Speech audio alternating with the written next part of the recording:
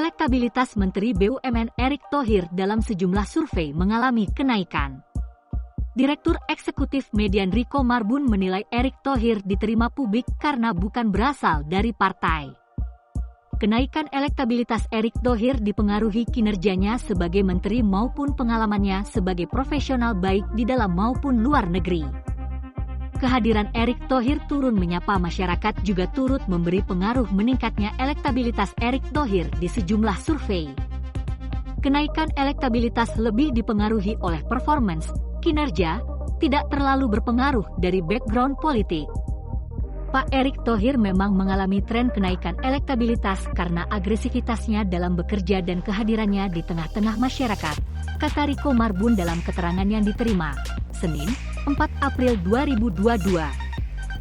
Kinerja Erick Thohir sebagai menteri yang dinilai berani memberantas korupsi pun turut memberikan kenaikan elektoral. Sebab isu anti korupsi saat ini masih menjadi perhatian besar publik. Kapitalisasi sebagai Menteri BUMN sekarang ini, terus agresif bekerja, turun sosialisasi dan kunjungan kemudian banyak sekali manuver-manuvernya itu berpengaruh terhadap elektabilitas. Program bersih-bersih sangat berpengaruh terhadap elektabilitas jelasnya. Ditambah melihat latar belakang Erick Thohir yang kerap menjadi kepercayaan Jokowi.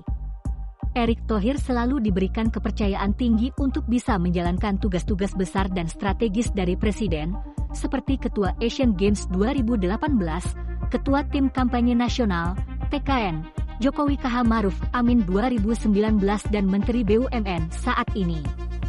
Rekam jejak Erick Thohir sebagai sosok yang dekat dengan Jokowi pun turut memberikan pengaruh elektoral. Hal ini turut mendorong pemilih Jokowi untuk memberikan pilihan kepada Erick Thohir. Jika hal ini dikapitalisasi tentu akan menjadi modal bagi Erick Thohir untuk maju sebagai capres maupun cawapres. Status Ketua TKN berpengaruh kepada elektabilitas secara tidak langsung, artinya Pak Ed ini memiliki jaringan pendukung Pak Jokowi yang kemarin berhasil. Hubungan secara tidak langsung ini bisa menjadi modal untuk Ed agar maju, jelasnya. Seperti diketahui dalam survei Lembaga Indikator Politik Indonesia yang dilakukan pada 11 hingga 21 Februari 2022, Erick Thohir selalu berhasil mendongkrak elektabilitas figur yang dipasangkan baik sebagai capres maupun cawapres. Survei melibatkan 1.200 responden dilibatkan dalam survei tersebut. Adapun metode penarikan sampel menggunakan multi-stage random sampling dengan margin of error sekitar 2,9%.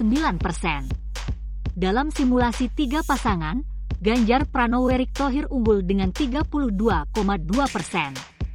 Sementara Anies Baswedan Agus Harimurti Yudhoyono, AHY, dapat 27,4%, Ganjar Erick 32,2%, Prabowo Puan 28,7%. Kemudian dalam sejumlah simulasi 3 nama lainnya, Prabowo Erick unggul dengan 31% mengalahkan pasangan Ganjar Airlangga di angka 29,7% dan Anies AHY 27,1%.